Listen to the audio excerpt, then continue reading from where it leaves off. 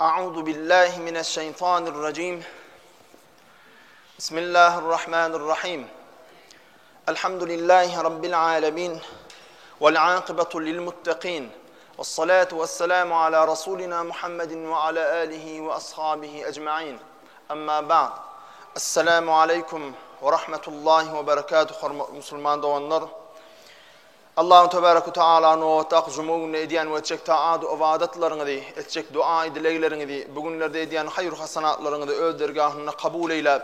Kıyamet mahşer gününe rahmet edip radi olup Peygamberimiz Muhammed Mustafa sallallahu aleyhi ve sellem'in şefaatine nail eylegen bennelerinden aylanırsın. Hormatly Müslüman doğanlar,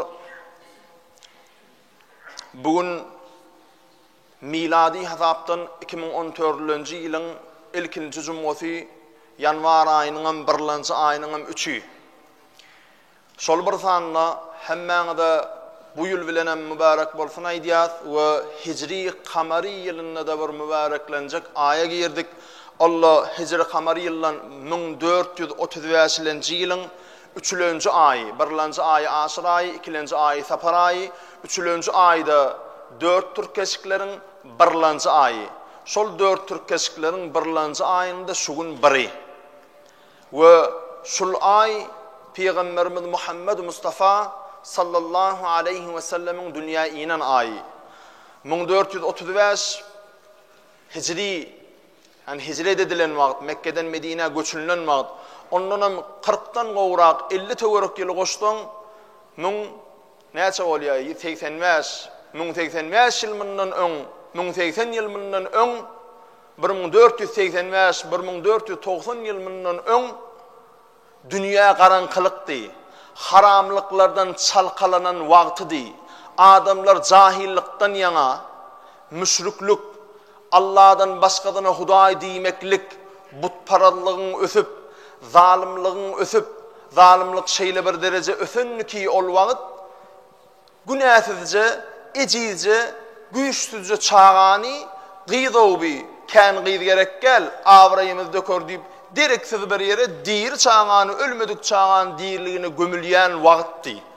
Şol erbet 1480 ýyl mundan öň erbet bolan wagtlarda zalimlaryň döwran sürüp ilahi adamlaryňda Zebur, Tevrat, İncil'i eýeren adamlarda, ehli kitap adamlaryňda Zebur, Tevrat, İncil'i öz nefslerine göre üýtgödüp adyp ýören, dünýäň ýüzü çalkalanyp ýören wagtynda garanqylyklaryň, ahlakan garanqylyklaryň haz tüm garanqy wagtynda insanlara ýol görkezji bir ýyldy bolup, ol ýolda ýagty berji bir ay bolup, günnüýlerine gün bolmak üçin gelen ol serwerimiz Muhammed Mustafa sallallahu aleyhi ve sellem. Şol wagt dünýäni gelmekligi bilen ýagtylanyrdy.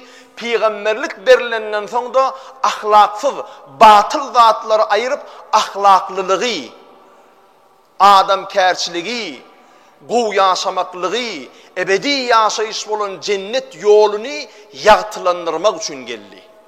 Ol serwerimiz Muhammed Mustafa sallallahu aleyhi ve sellemin doğulan ay şul ay.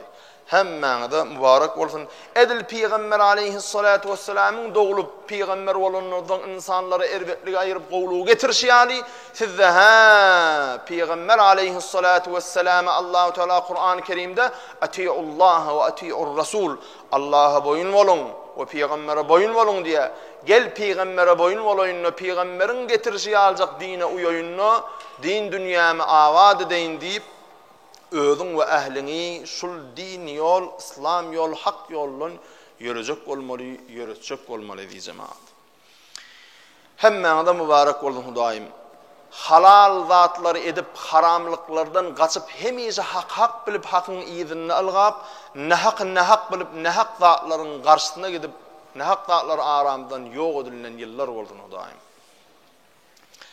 Bugünkü wagtymyzda inşallah Allahu Teala'nın nesip etmesi bilen inşallah namaz diýilýän bir mi'rajul mu'min, mu'minin ma'razy bolan namaz diýilýän ibadet barada wagt etmeklikçi, inşallah namaz diýilýän zadyň nämedigini size tanıtmaklikçi başardygymyzda ajizana ilmimiz bilen inşallah haýyrlanarsyňyz diýip edýäne de O dinleyene de hayırlı işlere uğranıp hayırlı amallar edersiniz deyip umid ediyaz. Amin ya Rabbel alemin. Bismillahirrahmanirrahim. Allahu Tebaraka ve Teala Kur'an-ı Kerim'in 4. suretunun 103. ayetine şeyle aydiya. A'udhu billahi mineşşeytanirracim. Fe'akimus salate.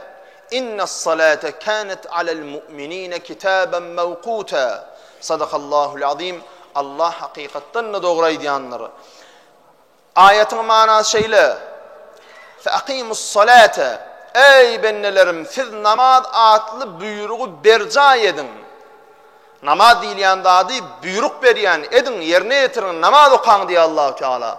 İnnes salate kânet alel mu'minîne kitâben mevkûta. 5 wagt namaz okan diýär Allah Teala. İnnes salate kânet alel mu'minîne kitâben mevkûta. Hakykatdan 5 wagt namazyň her haýsysy öz wagtlyna farz edilen bir buyrukdur diýär Allah Teala. Şonuň üçin şu aýetden näme çykardyk? Allah Teala namaz diýilýän buyrugy buyurdum size. Şol 5 wagt namaz okan diýdi. Izinden aýtdy, hakykatdan şol 5 wagt namaz özleriniň bir wagty bardyr. Şol wagtlaryny okan 5 wagt namazy diýip Allah Teala Kur'an-ı Kerimde buyruk berdi. Namaz okamak farz boldy, namazy wagtyny okamaklyk farz boldy şu ayet bilen. Indi namazyň wagtlaryny gysgaça size tanadaly düşündirýäli. Birlenci ertir namazımız, ol ertir namazı keseden danatandan gün oğuyança vakti var. Şol aralıkta namazını bitirecek olmalı. Ondan galım kada galıya, kada galdırmalı, del ediği zaman.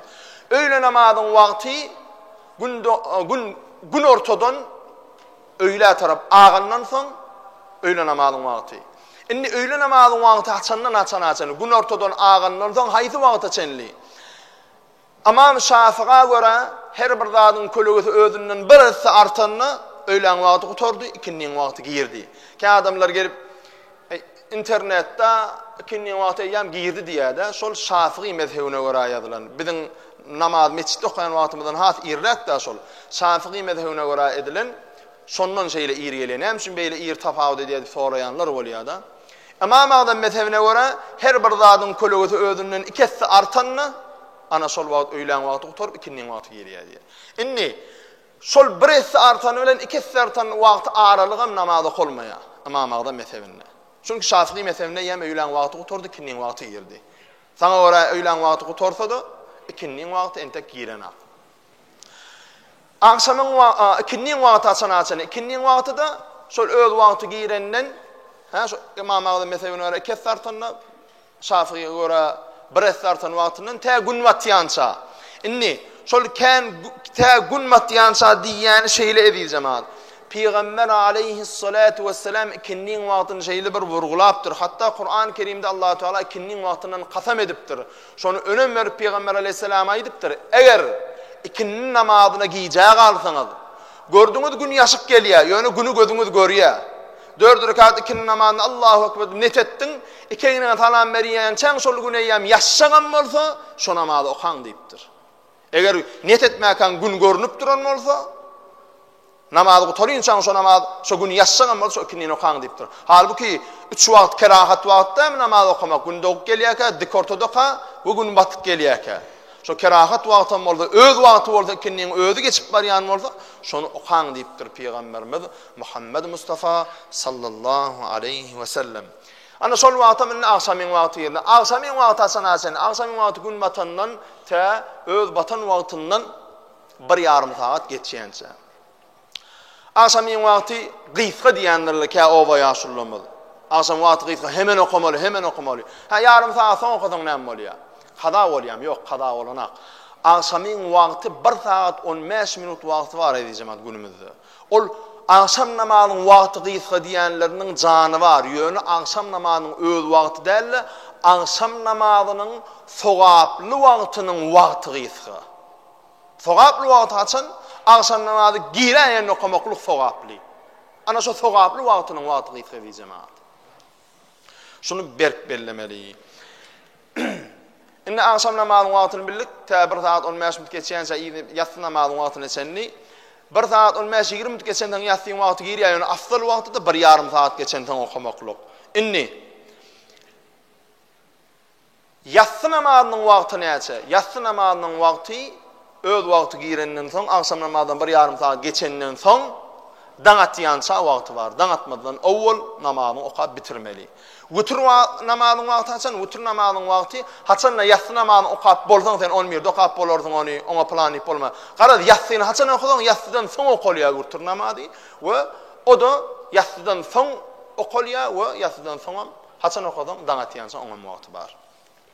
Ene şoňa 5 wagt namaz diýilýär diýjemez. Şoň üçin 5 wagt namazy wagtyny okamaly. Şu 5 wagt namaz okamaklyk musulman üçin farz. Allah Teala Kur'an-ı Kerim'nin Ankebut surasının 45-nji ayetinde şeýle aýdýar. A'udhu billahi mineşşeytanirracim. Bismillahirrahmanirrahim. İnnes salate tenha anil fahşai filan açıklamaklıkçı. Täze namaza durandygynlygymyz kän aralygynda bar. Bir küçük günlükde de gelip täze namaza durduk, bir dua etip gitdiýenler we Allah dönen ullukan bir zat. Ullukan bir zat, mübarek bolsun, gutlanıljak bir zat. Çünki iki dünýäsini gazanyrjak bir ýola düşüpdir bu namaz okamaklyk bilen. Şu aýdyljak häzirki aýdan ayetimiz we şu beriljek açıklama gow ünsüriň namazyň nämedigini bir näme de boldy has gow düşünersiňiz inşallah. Inni Allah Teala wagtyny okamaklyk, namaz okamaklyk we wagtyny okamaklyk buyurdy. Şeýlemi? Namaz diýilen zat barda Allah Teala ýanky ayet aýtdy. O ayetde innes salate tenha anil fahşai wal munkar. Sadaqallahul azim. Ankebut surasy 29-njy suranyň 45-nji ayeti. Manasy şeýle: namaz sizi erwedi işten, erwet zatlardan gaýtarar diýdi Allah Teala.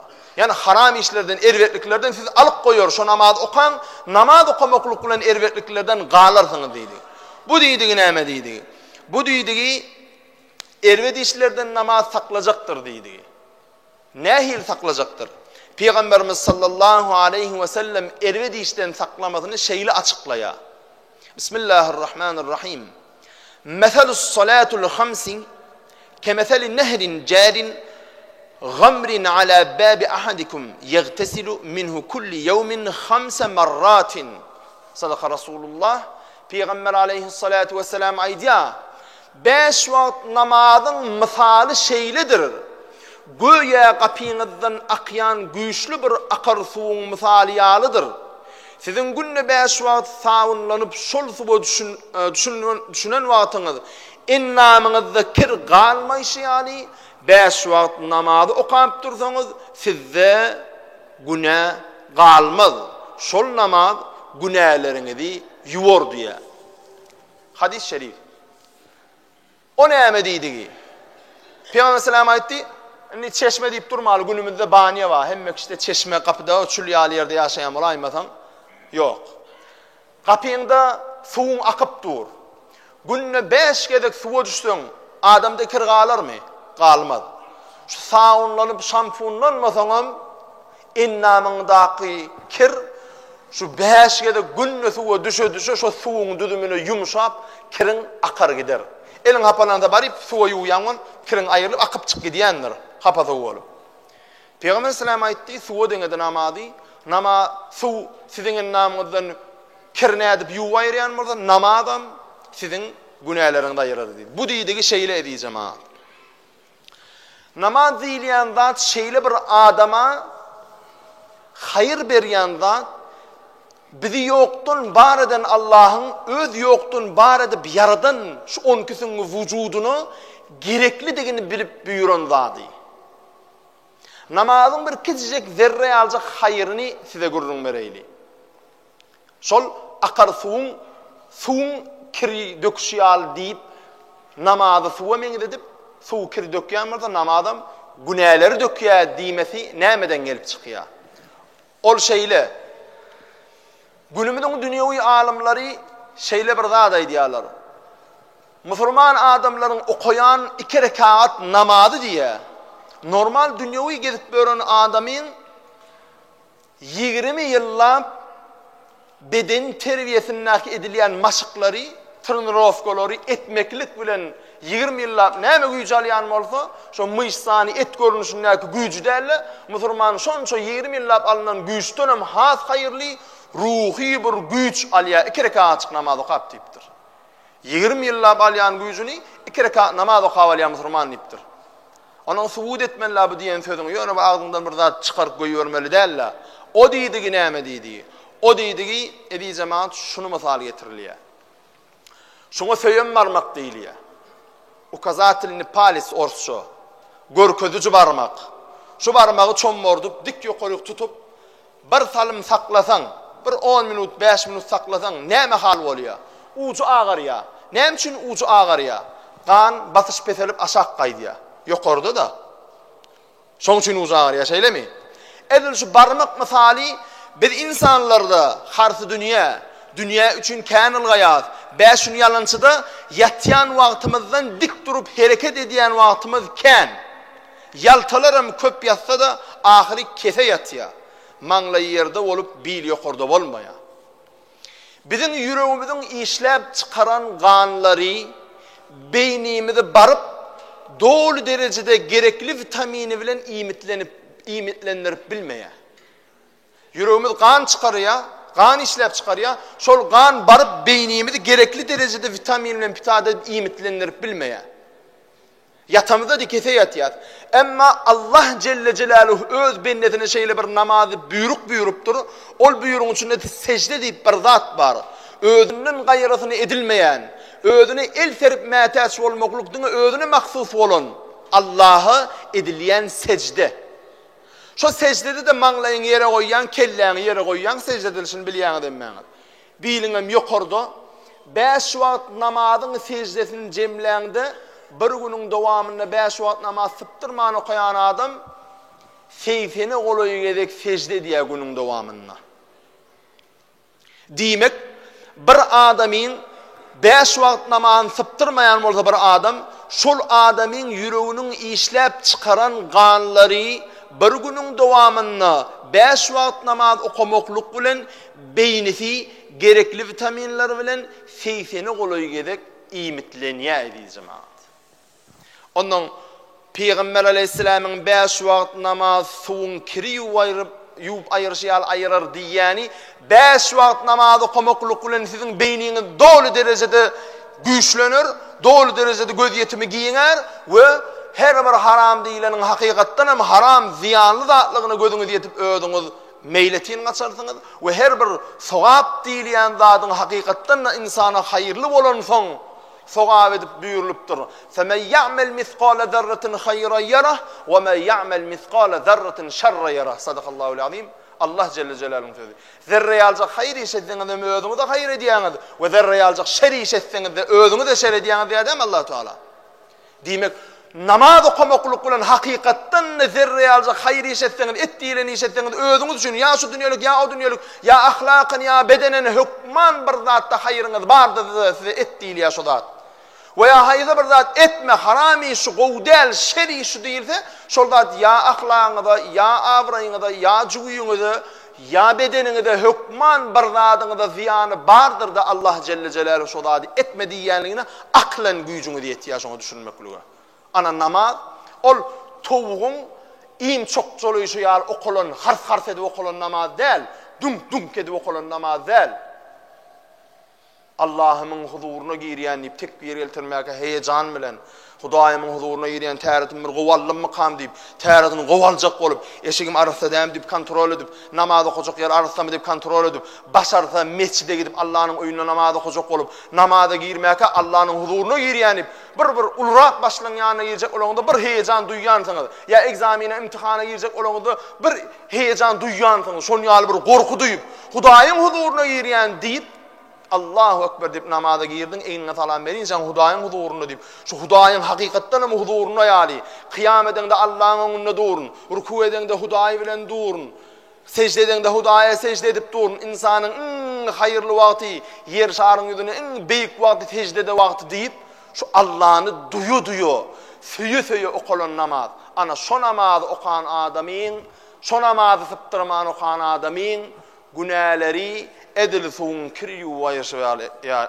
aýyljak. Çünki onu ýaly edip namaz okayan adam hem imanan hem aklan hem ahlakan Allah'ını duýýar.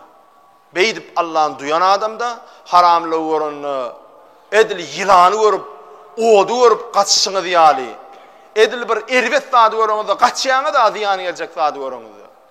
Aynen şonun kaçışını diyali haramdan kaçmaklığı ekavr oluyor. Ve halal işi görünü, soğav işi görünü, hamala bir teşne suğsuz adamın ölcüktü, suğsuzluktan ölcüktü, suğ tapşıyali, soğav işi teşne olup yapışıyor.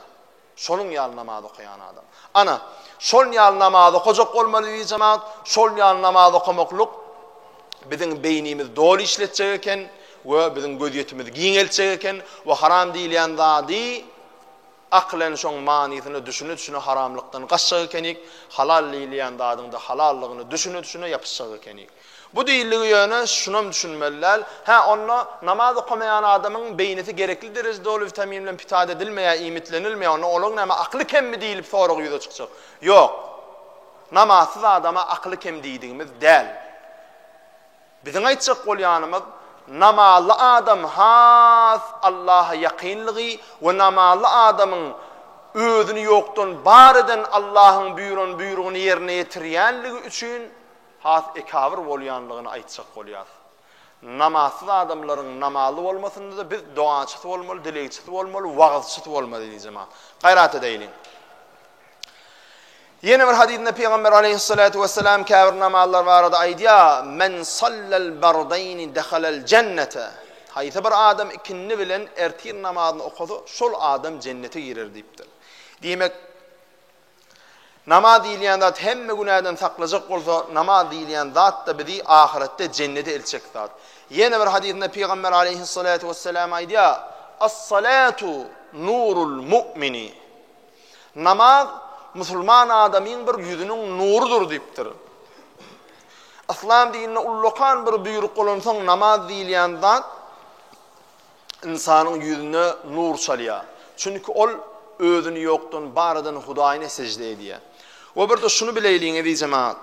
Namaz bir önemli bir zat we namaz diýilýän zat ýerde buyurulan buyruk däl. Meselem orada ýerde buyurulýar. Zekat vermeklik, haca gitmeklik. Peygamber aleyhissalatu vesselam yerde wagtyna ayet edip buyruk berildi.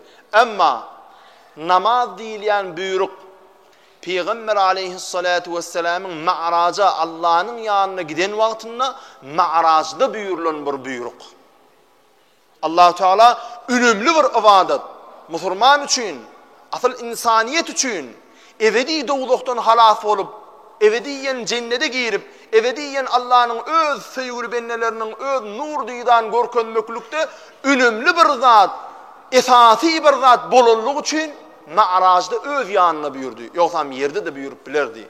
Şoň bir ýöneköý zat däl, önemli bir zatlygyny bilsenler insanlar diýip ma'rajda buyurdy Allah Teala.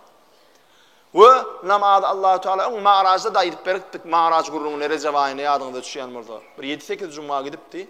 Yine ýatly diýip gyýtgazyk namaz ilki 5 wagt däl 50 wagtdy.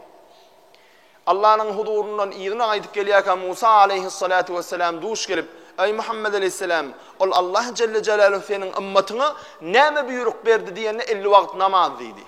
Musa aleyhisselam da: "Ey Muhammed aleyhisselam, dat bidat ýygyna gaýda göri. Allah'ın huzuruna bar da yalvara göri, 50 wagt namaz sen ümmetin başarmaz. Maňlaý gara 5 wagt ordan maşariýat doğurdanam. 5 wagty qala edip beran adal.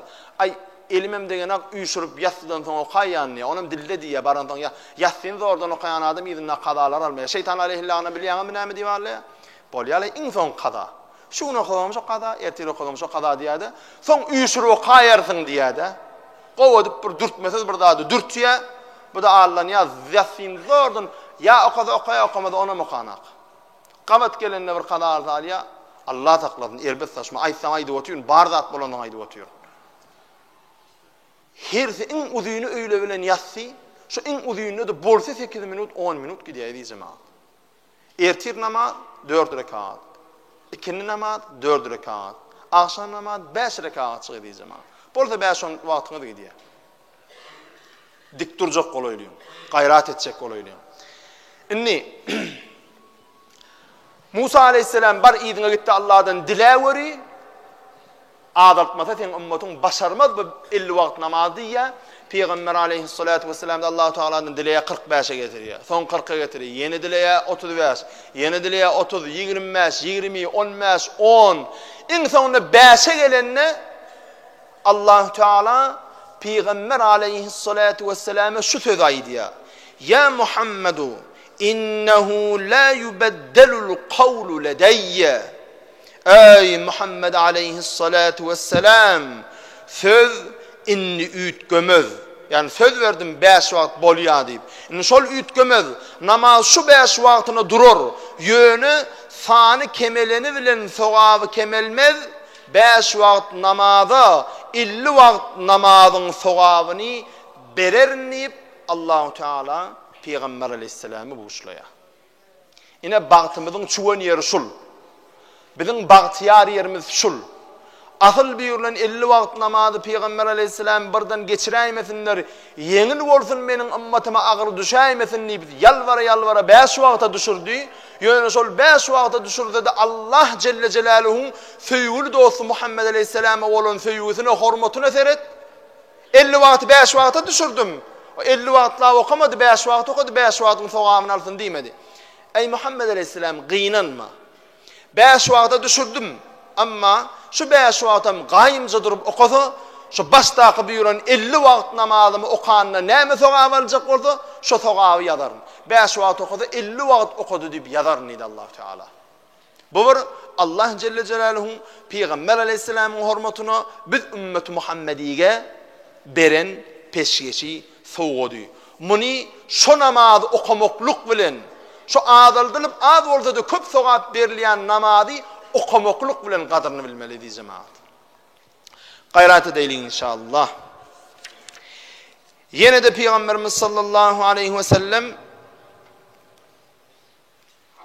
namazı Allah-u Teala öz huzuruna ertip buyuran son önemli bir zat bolan son hadis-i şerifinde şeyle aydiya. As-salatu hayru mevdu'in femen istata'a en yestekfira felyestekfira. Sadaka Resulullah. Allah'ın yeryüzüne buyruk edip koyun ibadetinin en gowsi namazdır deyiptir. Her kim köpöldösü gelse namazdan köpölsün deyiptir Peygamber aleyhisselam. Eğer şu 5 gün yalancı hemmemizin imanımız var, Allah Teala'nın yanladık burada bir el-misakta ruhumuz beden verdi de 5 gün yalancı Sinaga uğrattı bizi, Sinag'da bizi. Hemmemizin imanımız var sonra, doğru değil mi? Sinag'dan geçip Allah'ın huzuruna varmalı. Barimiz yolu şu. Üçüp Allah Teala'nın huzuruna birden Allah Teala bilen hatavet geçmeli biz. Şu dünyadımıza salıp yaşamalı. İnni eğer Sinag'da imanımız tam berk olsa, Sinag'dan hem gov soğan işler edip geçmeliğini bileyen olsak, onunla şunu bilmeli, şu Sinag'da yaşayan dünyamızda bir zat köpöldösümüz geliyen oldu. Pulumuzu köpöldösümüz geliyor, abarodumuzu köpöldösümüz geliyor, ay kavat gelse ayalımıza mı köpöldösümüz geliyor? Var da hakikat. Dünyada bir suyucu zat olsa, lezzetli zat olsa köpöldösümüz geliyor. Maşinimizden mi köpöldösümüz geliyor? Cayibden mi köpöldösümüz geliyor? Avrayımızdan mı köp olurunu isteyiz? Ama Peygamber aleyhissalatu vesselam ne deyiptir? Eğer dünyadan Sinag'da oyulun dünyadan bir zat köpöldösün geliyen varsa onun namazın köpölt deyiptir. Namazın köpölt ki Allah'ın yanına kadrın artsın deyiptir.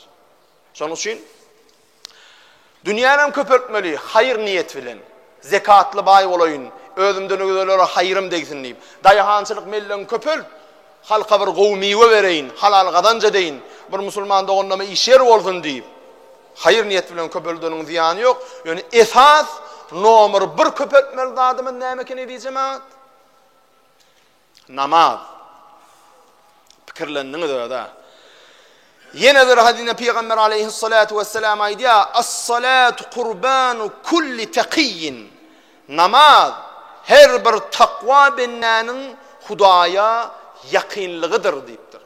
Her bir Allah'dan korkup takva olup halal yapıp haramdan kaçak olayan adam Hudaya yakın olayın, Hudaya kolay olayın, Perverdigarımın yanında olayın neyse namaz okusun deyiptir. Çünkü namaz takva adamın Allah'a yakınlığıdır deyiptir Peygamber aleyhisselam. Yine de bir hadisinde Peygamber aleyhissalatu vesselam aydiya, as-salatu imadu'd-dini, namaz dinin köküdür dedi. Bir bağ köksüz bolmaş yani, bir İslam dini de köksüz bolmaz dedi cemaat. O dedi ki, namazı İslam tutup bolmaz dedi şu. Namaz İslam'ın kökü olsa, bir bağ köksüz bolmaya değil mi? Kurap talqatçıya değil mi? Demek, ay namaz okumasam men Hudaya şükür Allah'a sığınyan, namaz okumasam adama yamanlık edemek demele berekella. Adama yamanlık etmeyen boldun. Berekella Allah'a sığınyan boldun. Yani o Allah'a biz şert koymana cüret edip bilmez. O Allah'a Allah bir de şert koyya. Biz Allah'a sen namaz oku deyipsin.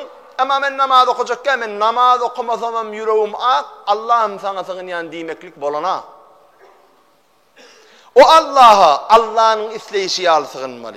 Allah ne ehil islenmekliği sığıya. Ya eyyühellezine amenu ista'inu bis sabri ve salah. İnnallâhe ma'as sabirin. Ey iman edenler, bana sığının, menden kömek dilen, namaz ve sabır bilen diye. Sabır etmeklik ve namaz okumaklık olan bana sığının diye. Onun taşını, bana sabır etmeyen, haram, sabır değilsizliğin, keserliliğin, bergidarlığın, kıyınçılığın karşısında deyip düşünmeyene diyeceğim abi. Önüne bir zina iş çıktı. Sabret. Ey Allah islanak mını. Men sabredeyin Allah'ın yanına hüyürler vardır. Hüyür için değil yönü. Men sabredeyin yine Allah mından kovusunu verecektir. Allah islanak deyip sabır. Ana sabır şu. Haramlığın karşısında diye etmedilikte sabretmeklikte esas sabır şol. Esas sabır şol. Allah Celle Celaluhu ne dedi? Sabırlı olmaklık ulan. Ha zayda araydamızda ağız beklemeklik bilen. Hasada cayda araydığımızda ne için ağız beklemekliği getir? Çünkü ağız beklemeklik adamını dünyadaki kıyınçılıkları sabretmekliği öğretiyor. Adam şu ağaçlığa sabredebilse kalanda da sabredebilen eken. İn sabredip bilmeyen de ağaçlık eken. Sonra köp orada tutmaklık eyleki zatlara kıyınçılıkları sabretmekliği adama okuyuplaştıran da eken. Sonra köp orada tutmalı diyeceğim. Allah Celle Celaluhu ne dedi? Sabretmeklik bilen ve namaz okutmana rukuk secde etmeklik bilen bana sığın, başka türlü sığın demedi. Demek Allah'ın diyenine çek olsak biz namaz okumalı, sabırlı olmuş, ol görüştü Allah'a sığınmalı diyeceğim. Gayret etmeli. Ana Peygamberimiz Muhammed Aleyhisselam'ın hadisi ne mi? Namaz dinin sütunüdür, köküdür dedi. Demek bağ köksüz bolmayan olsa namaz okuman sen dinin tutup bilmeyeceği ekenin. Namaz okumaklık bilen din tutup bileceği ekenin. Yine bir hadis-i şerifinde Peygamberimiz Muhammed Mustafa sallallahu aleyhi ve sellem namaz vardı şeyle diye. As-salatu amudu'd-dini. Namaz dinin sütürüdür. Her birine şu görüyen gümbediniz, şu görüyen patoloğunuz, şu görüyen sütununuz direğleriniz olmasa üstünüzde yumulacak, duracak değil. Bunu misal için getiriyor. Namaz okumakluk bilen edil şu binanın sütunluğun üstünde gayim uzak duruşu yani sizin sogabınız durur dedi. Namazsız sogağı işetsen yazılmaz mı? Yazılır. Yönü edil fundamentsiz bir cayı olursa çalıver ızgar çekse bir kaptalı zayırlıp yumurlayanlar. Şor çekip. Son yal sogağından biderek olur gider diye. Ne için? Çünkü namazsız olandan bir gün olmadı bir gün ol haram işe varacak. Haram işe varmaklık bilen sogabını yakacak. Peygamber aleyhissalatu vesselam aydiyor, sogağı köp edin, günahlarını da yakarsınız diye. Şunu bilin edi cemaat. Bir adam men hiç namaz okamak, yönü hiç için halal işten daşta durmak, din halal iş ediyen deyse, sen yalancı deyip bilirsiniz. Çünkü bir adam 5 vakit namaz okuman, devamlı halal işe yapışması mümkün değil. Ve bir adam men namaz okamak, yönü hiç haram işe baramak deyse, sen yalancı deyip bilirsiniz. Çünkü bir namaz olup haramlıklardan devamlı kaçmaklık mümkün değil. Allah-u Teala ne mi dedi?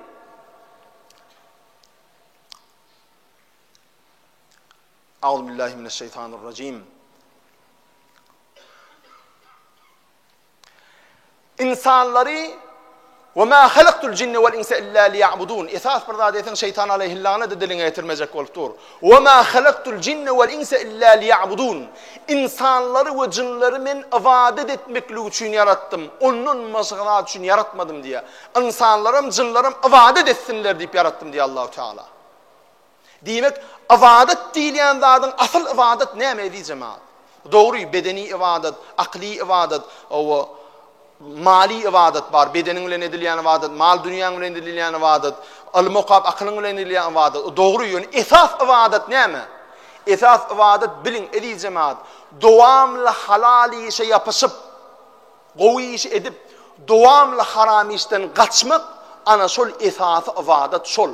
Ýöne namaz näme? Namaz adamın dowamly halal işe yapışıp, dowamly haram işden gaçmaklygy nomer 1 immunitet berýän zat. Bir namaz olup dowamly halal işe yapışıp bolmaya, bir namaz olup dowamly haram işden gaçyp bolmaya. Namazly bolanda, namazyň dogry dürüst okaňdy zordan başardy ýaşadat. Şoň üçin namaza gaýym bolmaly we namaz diýilýän zatdan hiç gaçmaly. Peygamberimiz Muhammed Mustafa sallallahu aleyhi ve sellem şu hadisini aýdalyn inşallah. Lokan bir hadis, ondan inşallah wagtymyzam dolýa, wagtymyň dowamyny 2 juma dowam eder. Bismillahirrahmanirrahim. As-salatu khidmatullahi fil ardi. Femen salla ve lem yerfa' yedayhi fehiye khidajun. Hakaza akhbarani Cibrailu anillahi azze ve celle inne bi kulli işaratin dereceten ve hasaneten. Sadaka Rasulullah. Ullokan bir hadis edeceğim, dinlen. Peygamber Aleyhisselam şu namazı önem verip näme diýär? Namaza dikkat edin diýär. Aýdýaýdynyň namaz yer ýüzünde Allahu Teala üçin beýik bir hyzmatdyr. Yani Allah üçin edilecek hyzmatlaryň iň beýigi yer şaryň ýüzünde Allah üçin edilen hyzmatyň iň beýigi namazdır diýipdir Peygamber Aleyhisselam. Her kim namaz okap bolandan soň elini serip Hudaýdan bir zatlar dilemese şonun üçin kemçilikdir. Namaz okap namaz bir yer şaryň ýüzünde Allah üçin edilen hyzmatlaryň iň beýigi bolsa, şo namaz okandan soň benne Allah'a elini serip ulu hyzmatdan Allah'a elini serip dilek etmese, onu ol dilek etmediğin ullukan bir kemçiligidir diýipdir Peygamber Aleyhisselam. Bu habary Peygamber Aleyhisselam aýdýar. Bir de öz ağzymdan aýdamak Peygamber Aleyhisselam ağzından aýdýar. Peygamber Aleyhisselam da men öz ağzymdan aýdamak diýamyny. Bu habary men özümden aýdamak Cebrail aleyhissalatu vesselam perişte gelip Hudaýymyň tarapyndan maňa aýtdy diýe. Sadaka Rasulullah. İnşallah şu hadisimiň özüni täzeden açıklamaklyk bilen inniki jumamyzda wagtymyz dowam eder. Ve ahiru da'wana enilhamdülillahi rabbil alamin. Ve sallallahu taala ala hayri halqihi Muhammed ve ala alihi ve ashabihi ecmaîn et-tayyibin et-tahirin ve ala sairil enbiya'i vel mursalin. Bi rahmetike ya erhamer rahimin. Allahu ekber.